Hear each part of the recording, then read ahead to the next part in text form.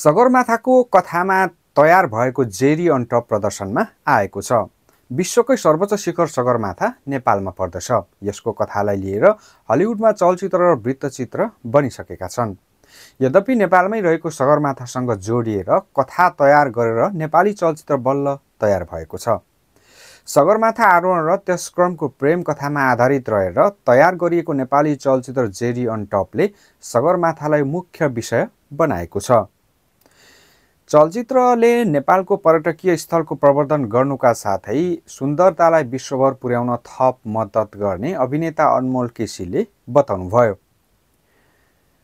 आजदेखि प्रदर्शनमा आएको उक्त चलचित्रको दर्शक प्रतिक्रिया बुझ्न चलचित्र भवन पुग्नुभएका अभिनेता केसीले चलचित्र निर्माणको मुख्य चुनौती नै सगरमाथाको विषय रहेको बताउनुभयो। उहाँले भन्नुभयो, हामीले चलचित्रको कथा तयार गर्दा नै नेपाली स्रोत र साधनले सगरमाथालाई कसरी चित्रण गर्न सकिन्छ भनेर धेरै छलफल गरेका थियौँ, किनकि प्राविधिक रूपमा हामीले त्यहाँ छायाङ्कन गर्न सहज छैन।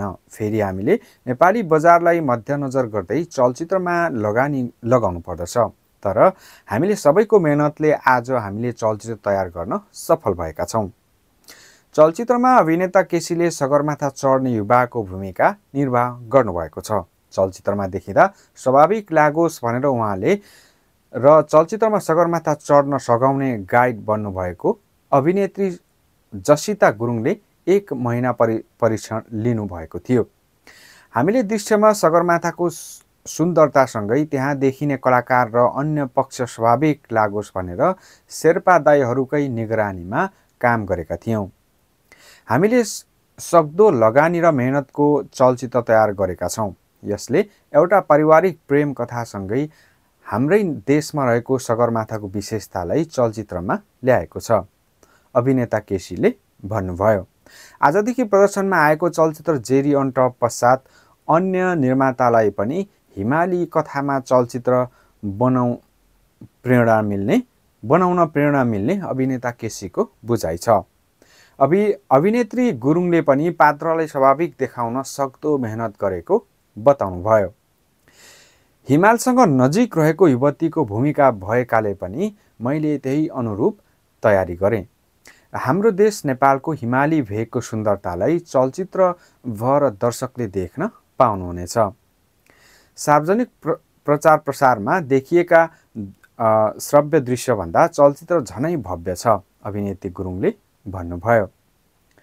चलचित्रकी अर्की अभिनेत्री आँचल शर्माले झन्डै 11 वर्ष अगाडि प्रदर्शन भएको जेरीले युवा पुस्तालाई चलचित्र भवनसम्म आकर्षित गरेकोले सोही नामसँग मिल्दो चलचित्र जेरी अन टपले पनि नयाँ पुस्तालाई आकर्षित गर्ने बताउनुभयो। जेरी प्रदर्शन हुँदा म चलचित्रमा आएको थिइनँ। त्यो बेला चलचित्र भवनमै पुग्नुपर्छ भनेर हामी युवा पुस्ता माझ चर्चा हुन्थ्यो। अहिले सोही नाम र सोही अभिनेतासँग चलचित्रमा काम गर्न पाउँदा खुसी लागेको छ।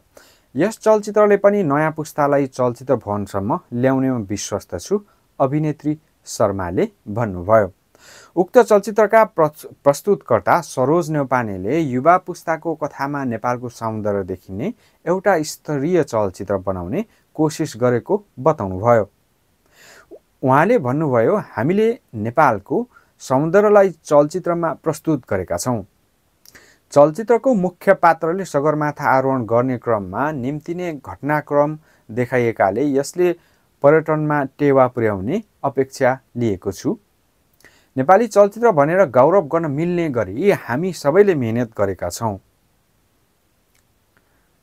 उक्त चलचित्रमा अभिनेता केसीसँगै भुवन केसी, आँचल शर्मा, जसिता गुरुङ, केदार घिमिरे माग्ने बुढा, उषा खड्की लगायत कलाकारले अभिनय गर्नुभएको छ। अनन्या फिल्म्स प्रोडक्सनबाट निर्मित जेरी अन टपको सुयोग गुरुङले निर्देशन गर्नुभएको छ। यस चलचित्रमा हेमराज बिसीले कथा लेखन, विश्वास तिमसिनाले पटक कथा लेखन र दुलीप रेग्मीले छायाङ्कन गर्नुभएको छ। यस्तै फिल्मी जानकारीको लागि DKN इन्टरटेनमेन्ट च्यानललाई सब्स्क्राइब गरिदिनु होला। तपाईहरुलाई धेरै धेरै धन्यवाद।